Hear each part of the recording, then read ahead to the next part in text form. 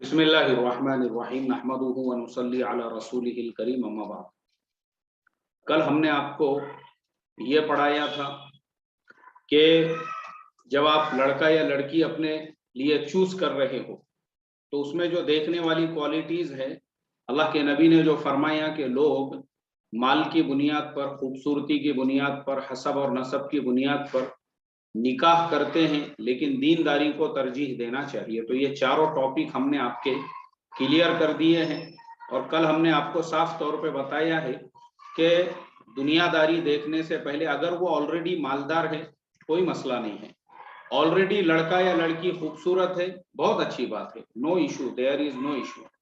Already अगर वो आपके खानदान के है, आपके बिरादरी के है, तो इसमें भी कोई प्रॉब्लम नहीं है, लेकिन तरजीह तो हम देंगे दीनदारी को। दीनदारी को तरजीह देंगे, ये नहीं देखेंगे कि लड़का शराबी है लेकिन करोड़पति है तो चलो आगे सुधर जाएगा शादी होने के बाद, वो नहीं सुधरने वाला है। एक बात याद रखो, जुआरी है और फिर भी हम नजरअंदाज करें, अरे नहीं जाने दो, करोड़पति घराने का है, तो वो करोड़पति घराने का जो जुआरी लड़का है वो अपनी बाप दादा की पूरी प्रॉपर्टीज, पूरी जायदाद को जो है ना पत्ते के अंदर हारने वाला है, या आईपीएल के जुए और सट्टे के अंदर, और आपकी बेटी को या आपकी बहन को बर्तन मांजने पे मजबूर कराने वाला है, ये होने वाला है फ्यूचर में। तो इसके लिए हमारे नजदीक दुनियादारी, खूबसूरती और हसब नसब की वो अहमियत नहीं है जो दीनदारी की। दीनदार रहेगा तो इंशाल्लाह सारे मसाइल हल होंगे। अब हमने आपको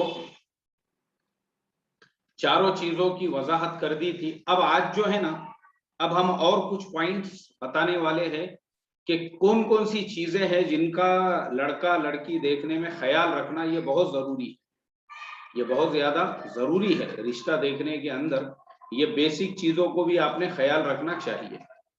सबसे पहली चीज, लड़का लड़की की जो एज है, जो उम्र है दोनों की, उसको भी देखना जरूरी है।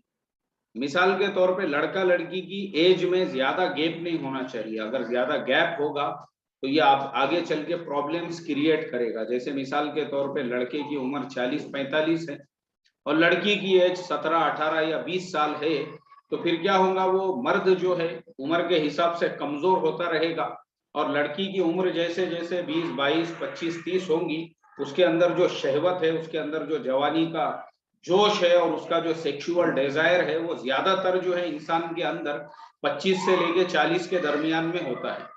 एकदम आदमी जो है वो एज के अंदर यानी पूरी तरह से परफेक्ट होता है।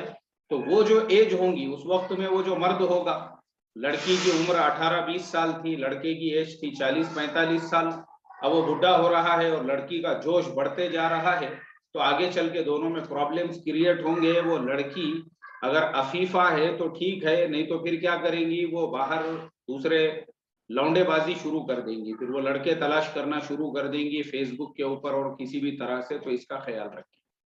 दूसरी तरफ जो लड़की से भी आप शादी कर रहे हो तो लड़की भी इसमें इस बात का ख्याल रखे कि लड़का लड़की की एज में ज्यादा फर्क नहीं होना चाहिए। जैसे मिसाल के तौर पे लड़की जो है उसकी एज है 30 साल 35 साल, लड़के की एज है 20 साल 22 साल। अब प्रॉब्लम्स ये क्रिएट होंगे कि लड़की की एज जब 40 हो जाएंगी और लड़के का जो सेक्सुअल डिजायर है वो एकदम उरूज पर होगा, तो ऐसे टाइम पे फिर प्रॉब्लम्स ये क्रिएट होंगे कि वो लड़की जैसे जैसे उसकी उम्र बढ़ेगी तो उसके अंदर का जो अट्रैक्शन है और कशिश है वो कम होना शुरू होंगी। वो 45 की होंगी, उसके बाद में माँ बनने के लायक नहीं रहेगी और लड़का ये इधर 30 साल का होगा, तो फिर ये क्या करेगा, बाहर मुंह मारना शुरू कर देगा और फिर इसके बाद में जो है दोनों में आपस में मसाइल क्रिएट होंगे और फिर जो है उसके बाद में प्रॉब्लम्स क्रिएट होंगे। अब जब दोनों के दरमियान में मसाइल और प्रॉब्लम्स क्रिएट होंगे तो ऐसा भी हो सकता है कि लड़की की एज ज्यादा होंगी, लड़के की कम, तो फिर वो लड़की माँ बनने के लायक ना रहे। तो फिर इस तरीके से जो एज है, एज दोनों के भी दरमियान की जो एज है, उस एज के अंदर कम से कम फर्क होना चाहिए।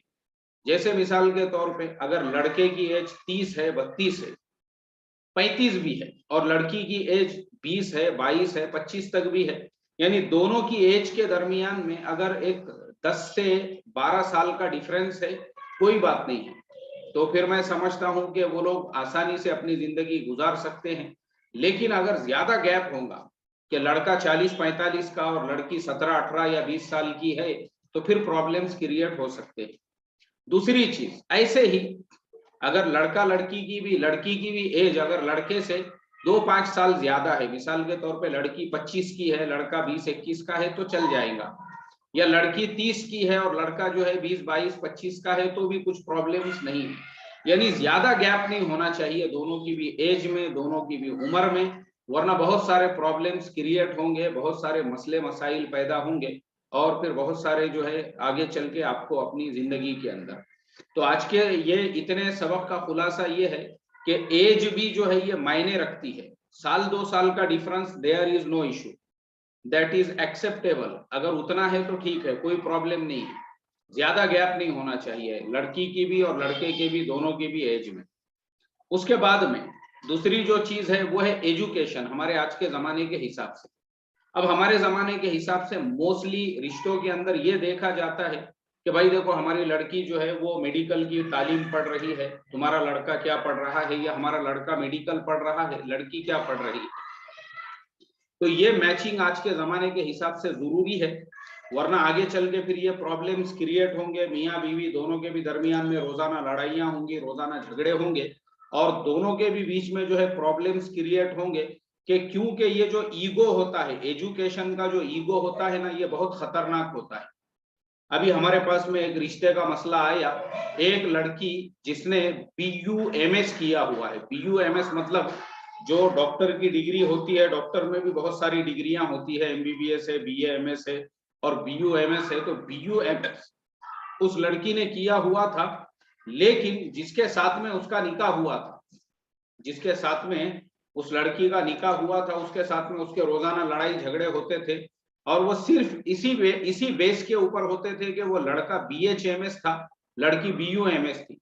उतनी बुनियाद के ऊपर दोनों में लड़ाई झगड़े होते थे, दोनों के बीच में डिवोर्स और तलाक हो गया। उसके बाद में वो जो BUMS लड़की थी, उसने बाद में वापस से किसी और से शादी करी, यानी किसी और लड़के से उसने शादी की जो लड़के का एजुकेशन उससे ज्यादा था। अब वो लड़का और उसके दरमियान में फिर एजुकेशन को लेके लड़ाई झगड़े होते थे। वो लड़की बोलती थी कि मेरी प्रैक्टिस तेरे से ज्यादा है और मेरा लेवल ऐसा है और मेरा लेवल वैसा है। उसके साथ में भी जमी नहीं और उससे भी उसकी तलाक हो गई। अब उसके बाद में उसके लिए तीसरा रिश्ता देख रहे थे, तो उसके वालिद साहब यहीं मेरे पास में आए और वो कहने लगे, बोले मौलाना हमारी बेटी BUMS है और उसके लिए हम रिश्ता देख रहे हैं। तो मैं बोला भाई मेरा एक शागिर्द है, उसने B फार्मा किया हुआ है। अरे नहीं नहीं नहीं, बोले B फार्मा नहीं चलेगा। मैं बोला क्यों नहीं चलेगा? बोले नहीं नहीं, वो हमारी बेटी जो है ना, उसका तकाजा ये है कि भाई मैं BUMS हूँ तो मेरे लेवल का होना चाहिए या मेरे से ऊंचा। मैं बोला ये उसकी पहली शादी है? बोले नहीं, ये उसकी तीसरी शादी है। मैं बोला यार तीसरी शादी में उसके इतने नखरे है, तीसरी शादी में भी उसको एजुकेशन लेवल जो है ना 19-20, यानी आप सोचो, ये आज हमारे एक तरफ तो हम लोग ये बोमा बोम करते हैं कि मुसलमान लड़कियों के रिश्ते नहीं हो रहे हैं, और दूसरी तरफ हम थोड़ा सा भी जो है एक दूसरे को कंप्रोमाइज करने के लिए भी तैयार नहीं है। तो ये प्रॉब्लम्स होता है। तो इसके लिए मैं हमेशा यही मशवरा देता हूँ, लड़का लड़की के एजुकेशन को खास तौर पे ध्यान देना जरूरी है। कहीं ऐसा ना हो कि आगे चल के उसी एजुकेशन लेवल की बुनियाद पर दोनों के भी बीच में प्रॉब्लम्स क्रिएट हो, दोनों के भी बीच में लड़ाइयां हो, दोनों के भी बीच में झगड़े हो। तो दो चीजें अभी तक हो गई। पहली चीज एज के बारे में मैंने बताया कि एज में ज्यादा डिफरेंस नहीं होना चाहिए। दूसरे, एजुकेशन लेवल को आपने चेक करना चाहिए, ये जरूरी है आज के जमाने के हिसाब से।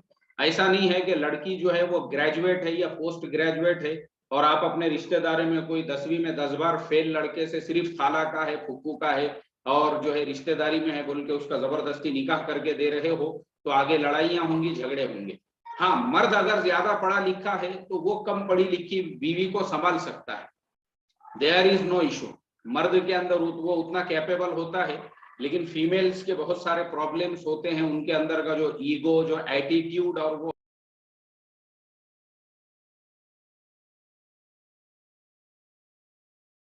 तो प्रॉब्लम ऐसा होता है, जो फीमेल्स का प्रॉब्लम होता है ना, वो बहुत ज्यादा खतरनाक होता है। तो इसके लिए इस चीज का आपने निकाह के अंदर पूरा पूरा ख्याल रखना चाहिए और पूरा पूरा ध्यान देना चाहिए। दो चीजें हो गई। अब तीसरी चीज, शादी ब्याह के रिश्ते में जितनी भी बातें हैं ना, वो दोनों पार्टीज ने एक दूसरे को साफ साफ बताना चाहिए, दूध का दूध और पानी का पानी।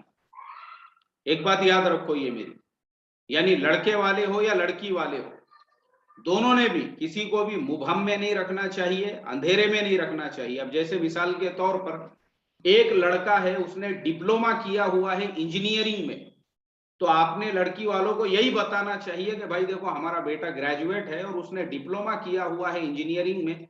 ये नहीं है कि आप उनको धोखा देकर ये बोलो हमारा बेटा इंजीनियर है। अरे भाई इंजीनियर है तो कैसा है, उसने इंजीनियरिंग में ग्रेजुएशन किया हुआ है, उसने बीई किया हुआ है, या उसने बीएससी किया हुआ, उसने जो है बीसीए किया हुआ है, उसने क्या किया हुआ है वो बताओ आप।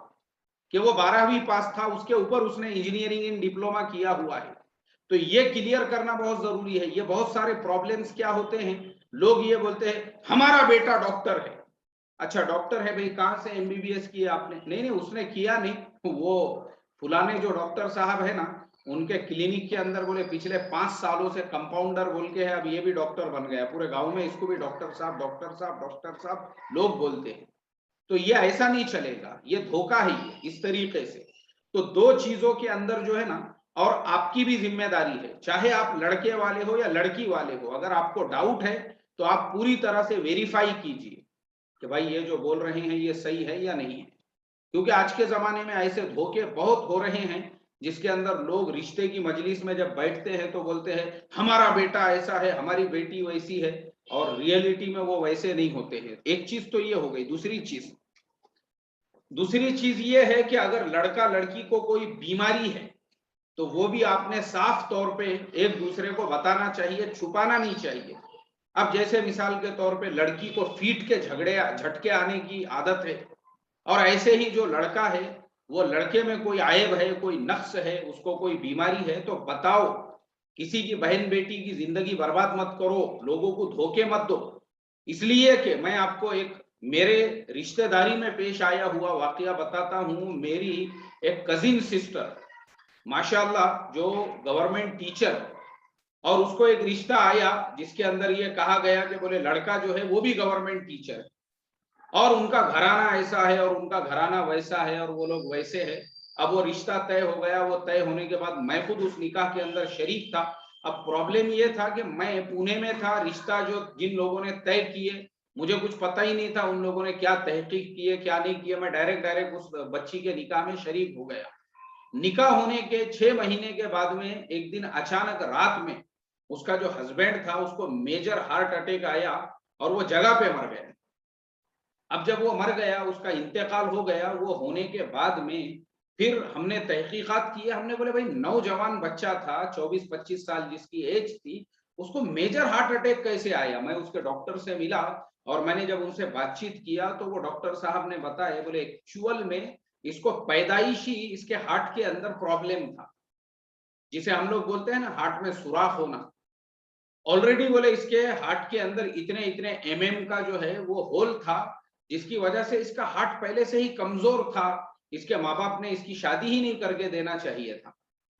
ये प्रॉब्लम है बोले उसका। वो जो कार्डियोलॉजिस्ट था जिससे मैं बात कर रहा हूँ उसने बताया मुझे, बोले ऐसा प्रॉब्लम था जिसकी वजह से इसको मेजर हार्ट अटैक आ गया। तो मुझे इतना अफसोस हुआ। फिर मैंने जो है वो लड़की के और जो रिश्तेदार है यानी जो रिश्ते की मजलिस में थे, तो मैंने उनसे पूछा। मैं बोला भाई तुम जब लड़की देखने के लिए गए थे, लड़का देखने के लिए, तो तुमने तहकीक नहीं किए, उनको पूछे नहीं इसको बीमारी है या नहीं? अरे बोले क्या पूछेंगे, उन्होंने बोले गवर्नमेंट टीचर है, गवर्नमेंट टीचर है, गवर्नमेंट टीचर है। टीचर सुनते ही हमने हाँ बोल दिया। अरे ठीक है, बोले लड़की भी टीचर लड़का भी टीचर, धूम धड़ाके के साथ में उनका निकाह करके दे दिया। लेकिन ये पता ही नहीं करे कि वो लड़के को कुछ बीमारी है, उसको फीट के झटके आते हैं, उसको कुछ प्रॉब्लम है, उसके हार्ट में सुराख है, उसके हार्ट में होल है, मालूम ही नहीं है कुछ। और लड़के वालों की भी खियानत देखो आप। वो जो लड़के वाले थे वो भी कितने बड़े खाइन थे। उनका कम से कम काम था कि लड़की वालों को कॉन्फिडेंस में लेते और उनको ये बोलते कि देखो हमारा बेटा थोड़ा कमजोर है, उसको ये बीमारी है। तो फिर लड़की वाले डिसाइड कर सकते थे कि भाई अपनी बेटी ऐसे पेशेंट को देना है या नहीं देना है। अल्लाह माफ करे, ये प्रॉब्लम्स है हमारे सोसाइटी में, हमारे समाज में धोखा देने के। तो इसके लिए मेरी रिक्वेस्ट है ये कि किसी को अगर कोई ऐसी मेजर बीमारी है, जैसे हार्ट अटैक है, जैसे शुगर है, जैसे ब्लड प्रेशर है, जैसे हाइपरटेंशन है, बहुत सारे लोगों को हाइपरटेंशन की बीमारी होती है, जरा सी बात पे वो एकदम गुस्से में हो जाते हैं, चीखना चिल्लाना शुरू कर देते हैं, लड़ाई झगड़े पे उतर जाते हैं, ये बीमारी है ये। तो ऐसा भी अगर किसी को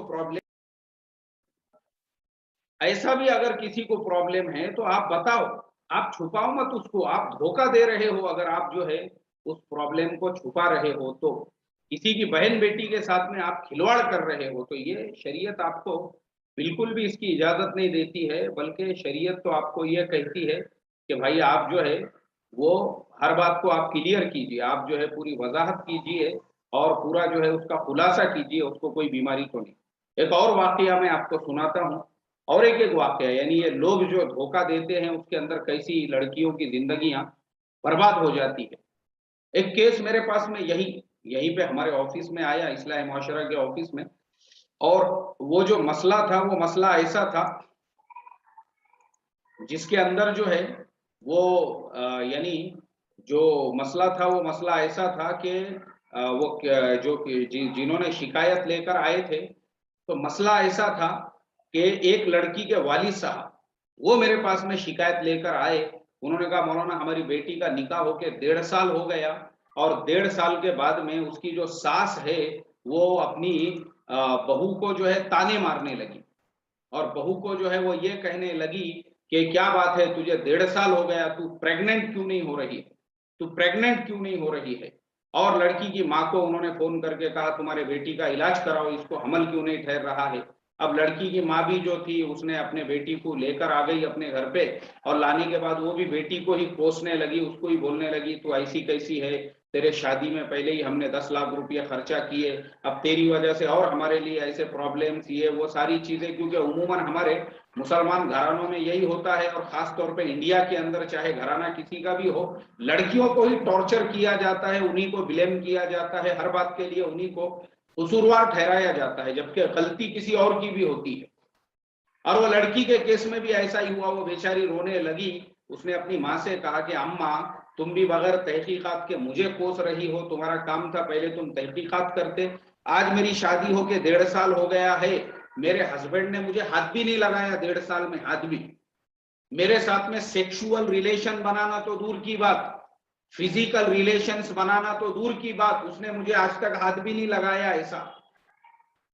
उसकी माँ एकदम परेशान हो गई, हाथ भी नहीं लगाया, बोले नहीं, मैंने उनको कई मर्तबा कोशिश की उनको जो है अपने करीब करने की, उनको चिटक के सोने की, लेकिन उन्होंने बोल दिया कि दूर सो, बोले मेरे से, मेरे को औरतों में इंटरेस्ट नहीं है, क्योंकि वो बेचारा पहले से ही छक्का होगा, पहले से ही नामर्द होगा, पहले से ही गे होगा, जिसका जो है जिसके अंदर वो औरतों में इंटरेस्ट ही नहीं होगा उसको, अल्लाह हिफाजत फरमाए। लेकिन दूसरे की बहन बेटी की जिंदगी बर्बाद हो गई ना उसमें। तो उसके बाद में फिर यहाँ पे जो है जब वो बैठे लड़की के वालिद साहब, तो मैंने उनसे कहा, मैंने कहा भाई वो लड़के को उसके माँ बाप को भी बुलाओ, क्योंकि ऐसा हम वन साइड बात सुन के जो है भरोसा नहीं कर सकते। तो फिर वो लड़का उसके वालिद साहब भी आए, सामने ही बैठे हुए थे, मैंने उनसे कहा, मैंने लड़के से कहा, मैंने कहा देखो भाई तुम्हारी बीवी तुम्हारे ऊपर ये ब्लेम कर रही है कि तुमने पिछले 1.5 साल में उसको हाथ भी नहीं लगाई। उसने एकदम मुंडी झुका दिया। अब मैं आपको वो लड़के की हालत बताऊं, वो लड़का कैसा था। वो लड़का एकदम जिम करने वाला था, ऐसा बिल्डर था, जिम में जाता था, वो रोजाना एक्सरसाइज करता था, उसके शोल्डर, उसके कट्स, उसके जो है ऐसे पूरे स्टाइलिश, एकदम ऐसे बॉडी बिल्डर टाइप लोग नहीं रहते क्या, एकदम ऐसे पूरा एकदम ऐसा वो टाइप का वो लड़का था। मैं बोला यार तू तो साला पहलवान के जैसा आदमी दिख रहा, तू तो 2-2 3-3 औरतें रख सकता है, लेकिन एक औरत भी तेरे से संभाले नहीं जा रही। उसने फिर मुंडी नीचे झुकाई। फिर हमने उसको और पूछे तो पता चला, उसने बोला नहीं, बोले मैं असल में मुझे औरतों में इंटरेस्ट ही नहीं है, और मैंने पिछले 1.5 साल में इसको हाथ भी नहीं लगाया, क्योंकि मैं उसकी जरूरत को पूरा नहीं कर सकता हूँ। मर्दों में ही नहीं था वो, अल्लाह हिफाजत करे, खाली बॉडी बना के रखा था उसने हेले के जैसी। तो जब मुझे ये पता चला, मुझे इतना अफसोस हुआ, तो मैं बोला जब तेरे अंदर, जब तुझे इंटरेस्ट नहीं था तो तूने निकाह की जब बातचीत चल रही थी तभी तेरे माँ बाप को कोई उज्र कर देना था कि भाई मुझे अभी नहीं करना है, मैं बाद में करूंगा। बोले मेरे माँ बाप सुनने कुछ तैयार नहीं है, जबरदस्ती उन्होंने मेरे को ले जाके बिठा दिए, तो मैं क्या करूं। बोले उनको 50 बार बोल रहा मैं मुझे नहीं करना है, नहीं करना है, तो माँ बोल रही मैं मर जाऊंगी, मेरे को हार्ट अटैक आ जाएगा, मेरे मरने से पहले पहले कर ले बोले। अल्लाह हिफाजत फरमाए। अरे तेरे माँ बाप के अरमान के चक्करों में दूसरों की बहन बेटी की जिंदगी बर्बाद हो गई ना रे। तो इसके लिए आज के हमारे सबक में हमने 3 पॉइंट बयान किए, याद रखो। पहला पॉइंट, लड़का लड़की की जो एज है वो सिमिलर होना चाहिए, ज्यादा गैप नहीं होना चाहिए कि लड़की जो है 17-18 की है और ये 45 का बुढ़ा है, ऐसा नहीं होना चाहिए। और ऐसा भी नहीं होना चाहिए कि लड़की की उम्र 30-35 है और ये जो है कौला एकदम झाड़ू अभी लगे हुआ है 20-22 का, ऐसा भी नहीं होना चाहिए। बल्कि दोनों के बीच में 2-3 साल का गैप है, ठीक है। लड़की भी अगर समझो 25-24 की है और लड़का 20-22 का है, चल जाएगा, कोई प्रॉब्लम नहीं है। ऐसे ही अगर लड़के की एज भी 30-35 है, लड़की भी अगर 20-22 साल की है, कोई प्रॉब्लम नहीं है, वो भी एडजस्ट हो जाएगा। ज्यादा गैप नहीं होना चाहिए, उसके नुकसान हमने आपको बता दिए। और दूसरा पॉइंट हमने आपको ये बताया कि एजुकेशन का जो लेवल है वो दोनों का भी चेक करना चाहिए। दोनों में भी अगर लड़की बोले कि भाई मुझे अनपढ़ और गंवार लड़का नहीं चाहिए, तो आपने बिल्कुल भी उसको रिजेक्ट कर देना चाहिए। बल्कि दोनों का एजुकेशन लेवल भी जो है, अगर लड़की तैयार है लड़का तैयार है, तो ये आज के जमाने में बहुत जरूरी है। अगर आप जो है दोनों का एजुकेशन लेवल बराबर नहीं रहेगा, तो जैसे मैंने बताया वो BO MS डॉक्टर के 3 तलाक हो गए और फिर वो तीसरे भी मर्द की तलाश में निकल गई, बोले शब में हूँ वो तजन में शहर की तलाश में और अमनो अमा सुकून महर की तलाश में। शादी हुई भीख मिली थी हजम किया और निकला है फिर निकम्मा खुसर की तलाश में, फिर निकल गए बोले अभी दूसरे एक और मर्द की तलाश में। ऐसा नहीं होना चाहिए। और तीसरी जो चीज हमने बताई है वो ये कि दोनों के भी बीच में जो भी आयब है, जो भी नक्स है या जो चीज भी है, वो एक दूसरे के साथ में क्लियर जो एजुकेशन लेवल है वो भी क्लियर हो। और ऐसे ही दोनों अगर कोई बीमारी वगैरह है तो भी क्लियर हो। हाँ, अगर छोटी मोटी बीमारी है जैसे फोड़ा है, फुंसी है, एक आधी जगह पे सफेद चट्टा वगैरह है, ये एडजस्ट हो जाता है, ये कोई प्रॉब्लम नहीं है, ये बीमारी नहीं है, ये तो ऐसा अच्छे होने वाली चीजें हैं। लेकिन बड़ी बीमारी किसे बोलते हैं? शुगर की बीमारी है, रोज शुगर की गोली खाना पड़ रही है, ब्लड प्रेशर की गोली खाना पड़ रही है, हाइपरटेंशन की गोली खाना पड़ रही है, ये है मेजर बीमारी। या हार्ट का प्रॉब्लम है, उसकी एंजियोग्राफी वगैरह इससे पहले हो चुकी है, ये है मेजर प्रॉब्लम। तो ये सारे प्रॉब्लम्स, लड़का हो या लड़की हो या किसी को फीट के झटके वगैरह आते हो, ये सब मेजर बीमारियां हैं। ये बिल्कुल एक दूसरे से आपने जो है उसको शेयर करना चाहिए। तो आज का सबक हमारा यहीं पे मुकम्मल हुआ। अब आप लोगों में से किसी का कोई सवाल है तो हमको व्हाट्सएप पे आप मैसेज कीजिए, we will try to our best इंशाल्लाह।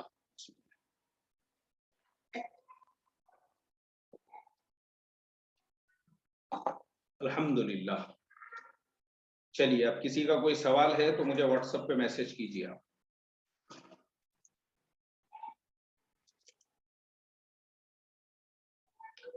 एक सवाल ऑलरेडी आ चुका है। अस्सलाम वालेकुम। माशाअल्लाह मौलाना, बहुत ही अच्छा और कीमती सबक था आज। 3 पॉइंट, पहले एज, दूसरा एजुकेशन लेवल चेक करें और तीसरा एजुकेशन या बीमारी वगैरह जो है वो भी क्लियर करना चाहिए। मैंने ये तीनों पॉइंट नोट कर लिया। सब लोग किया करो भाई, मैं हमेशा बोलता हूँ ये सारे जो पॉइंट्स है ना। चलिए, एक और स्टूडेंट का सवाल है, इन्होंने लिखा है सर अगर लड़के की एज 25 और लड़की की एज 15 हो तो पहले तुमको पुलिस वाले जेल में ले जाके डालेंगे। समझ में आया ना? अगर अगर लड़के की एज 25 हो और लड़की की एज 15 हो ना, तो सीधा तुमको ले जाके जेल की काल कोठरी में डालेंगे और ये बोलेंगे कि भाई अकॉर्डिंग टू इंडियन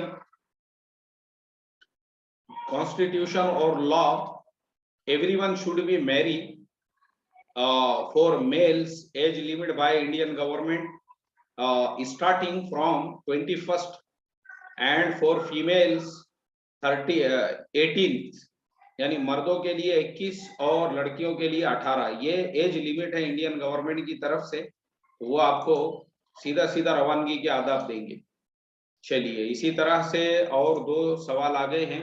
लड़का और लड़की दोनों की एज सेम रहे तो, देखो सेम जब हमने बोल दी है 2-3 साल का गैप चल जाएगा तो सेम का तो सवाल ही नहीं पैदा होता, कोई प्रॉब्लम नहीं है।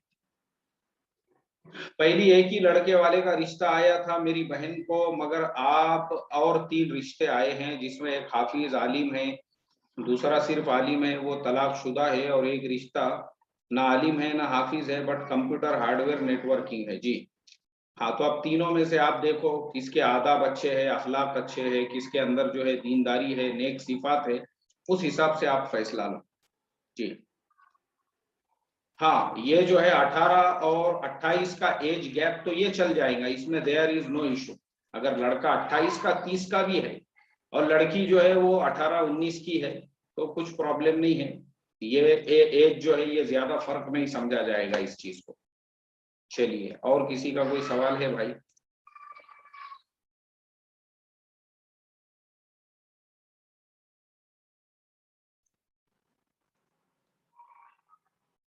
चलिए, अब मैं देख रहा हूँ कि किसी का भी मुझे कोई सवाल नजर नहीं आ रहा है, तो इसके लिए आज की क्लास हम मुकम्मल करते हैं।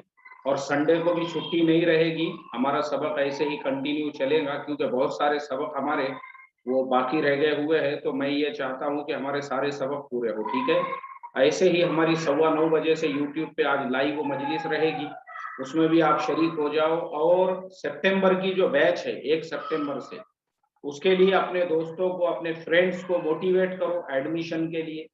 जितने भी आपके दोस्त अहबाब एडमिशन लेना चाहते हैं, अगर आपको फायदा हो रहा है तो दूसरों को भी एडमिशन कराओ, इंशाल्लाह उनकी लाइफ में भी चेंज आएगा। अल्लाह अमल की तौफीक अता फरमाए। अस्सलामु अलैकुम व रहमतुल्लाहि व बरकातहू।